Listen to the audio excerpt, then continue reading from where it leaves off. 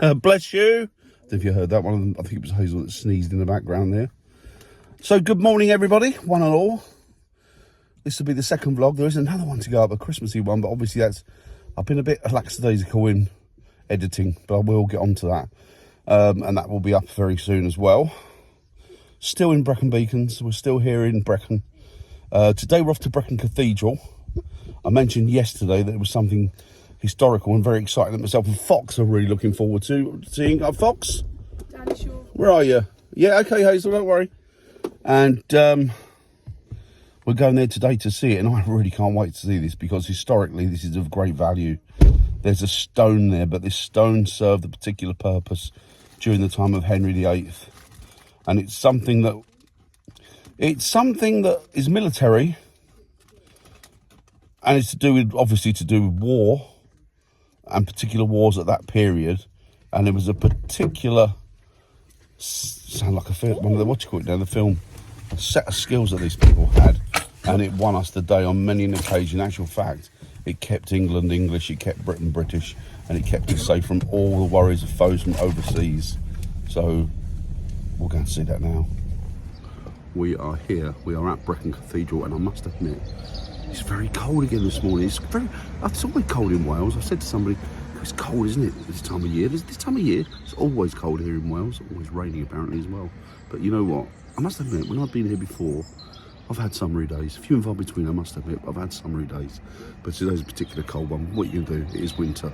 So let's go inside and see what we've come to see and enjoy it and relish it and just stand and look at it in awe. For it is a thing of awe.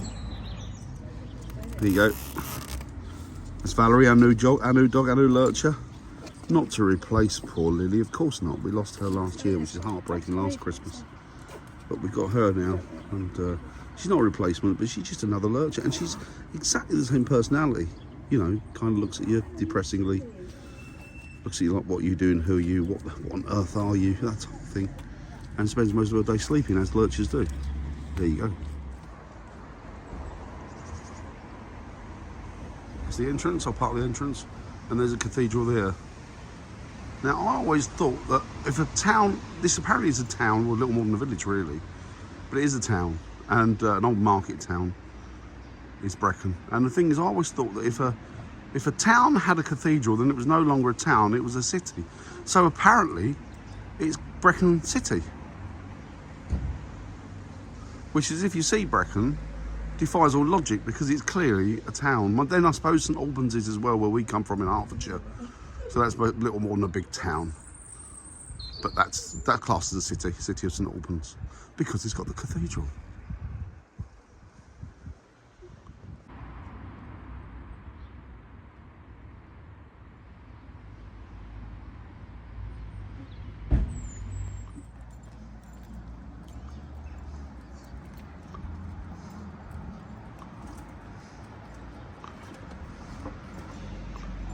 I don't know where they're going, but they seem to know, so I'm just going to follow them.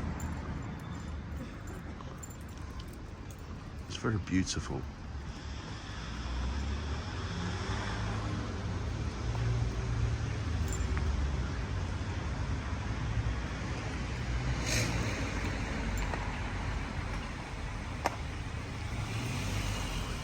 There you go. Just let him go first.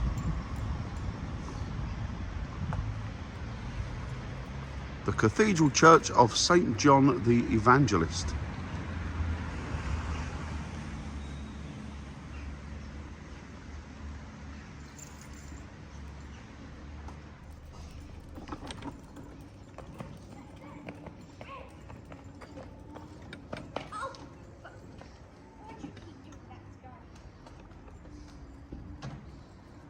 Look how ancient this place is. Wow. Imagine the people that worshipped here. Again, you know, I know I wax lyrical, but imagine the history this place holds.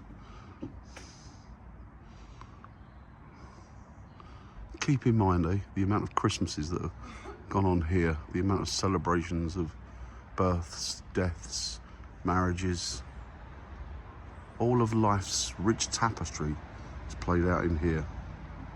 Just wonderful. It seems this path, or some of it at the very least, is actually made up from headstones, which I think is amazing and good for recycling and keeping the memory of those that have passed this way and worshipped in this very building alive.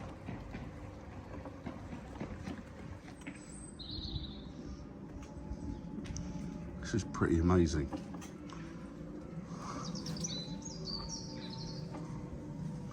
So we'll be going in by the cathedral north door.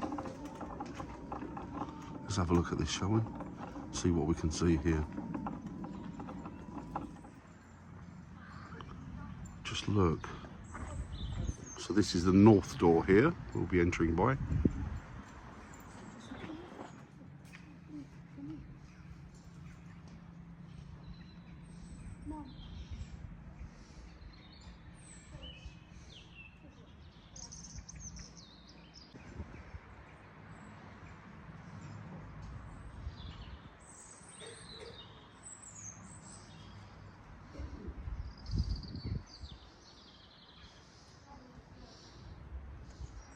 Go.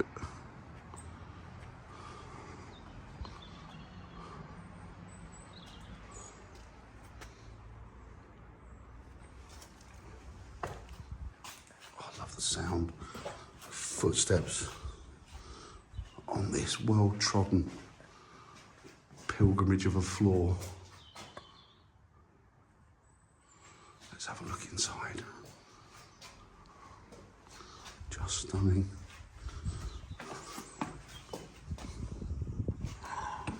It's a crib.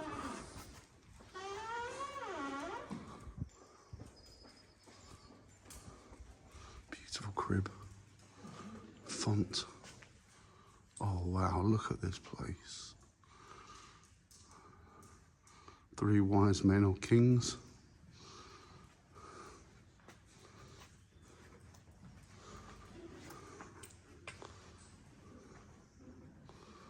Wow. Just wow. Ancient font.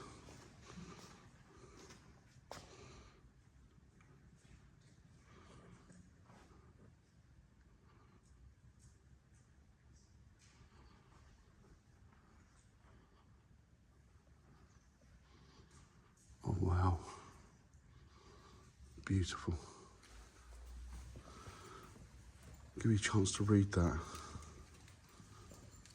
So the medieval times, the monastic day started at 2 AM when the monks were called to their first service.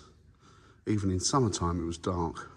The cups in the cresset stone, which is this one here, would have been filled with oil or wax candles and lit to show the way on dark corners and steps. There must have been a number of cresset stones in the priory to light the monks' way. Now this is the only one known in Wales. Wow. Wow. And this isn't even the thing we've come to see. But historically, this is invaluable, it's precious, priceless. And of course it belongs here in the building that it was made for. Maybe it was made here, who knows? It was created by monks. Fantastic, so you're going back probably 1,000 years now. No, at the very least, 700, 800 possibly.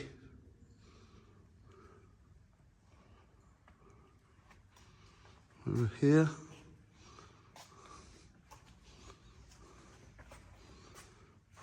David Williams, good Welsh name. David Williams, good Welsh name. And they lay here, the nobles, those that once worshipped here and those that trod this hallowed ground.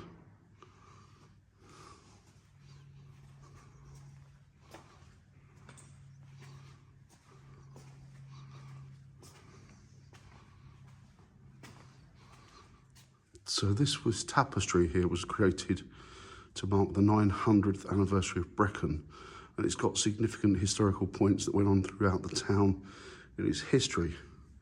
So you can see that the RIP plague, 1371, denoted by death, 1093, Bernard Newark, probably the founder of the town, rents the charter, civil charter, Agincourt, 1415, 1541, a town hall was possibly built, lots, even the canal, fantastic. So this is what I've come to see. Look at those deep marks there. Do you know what they were made by? They were made by archers, because this was a sharpening stone for archers in King Henry VIII's army. This is all those marks and indentations where they sharpened their arrowheads.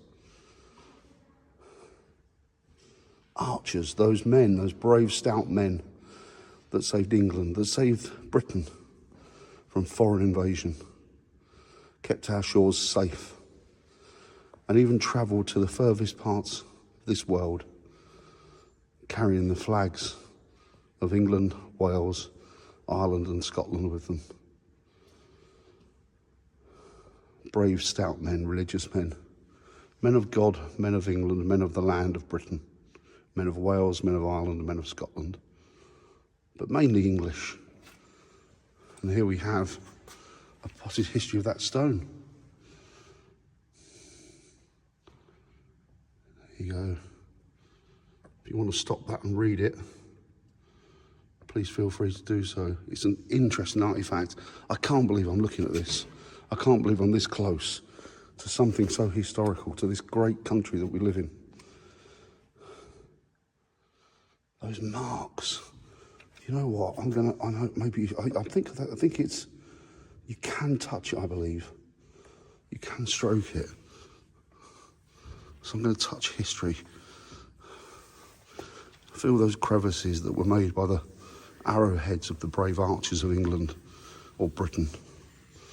Just fantastic. Or England, really, because there was no Britain at the time of this, I don't think. Well, it wasn't. It didn't come along for the 18th century, but look at this. Where those brave men sharpen their arrowheads, and I'm feeling that. My hand is in history. My hand is back in time, a time when archers ruled the battlefields and made the decisions of loss, or as mainly was, triumph over enemies. Brilliant. The French wouldn't like this, would they? Here's an interesting one. This is from yesterday's castle where we were. Hazel's pointed this out to me. This was one of those brave men that left for Agincourt, fought at the Battle of Agincourt. And his home was the castle and the home that we were at yesterday. And that was Sir Roger Vaughan, the chap who built that 17th century farmhouse in front of the actual castle that was there.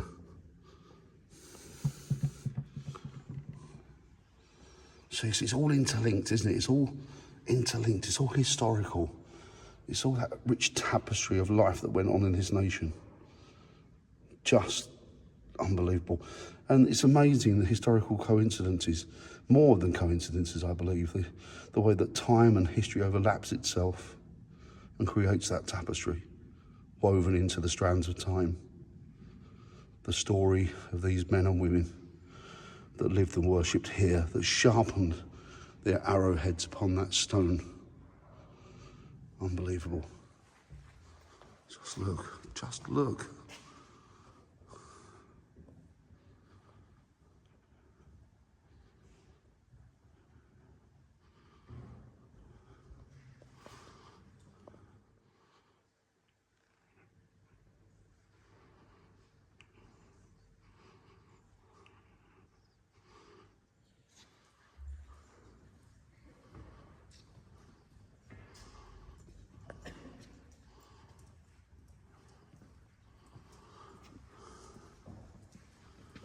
Now, before anybody moans about dogs in a cathedral, they're allowed in here. Apparently, what are they, Hazel? They're considered angels, they're dogs, but they're considered angels sent from heaven. Angels sent from heaven. That's the way that That's the way the cathedral describes them.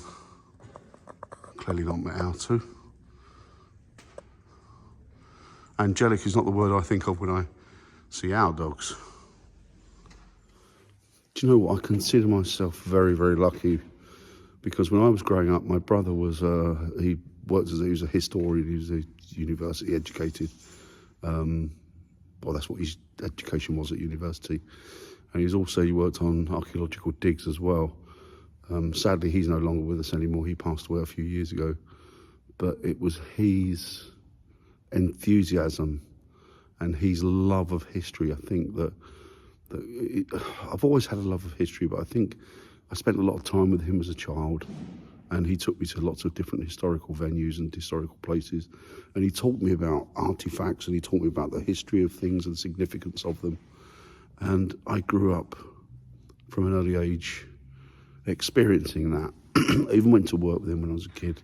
I went to his place of work, which was at the London Museum at the time, which was by London Wall, the old Roman wall in London, up by Moorgate, at the Barbican near there.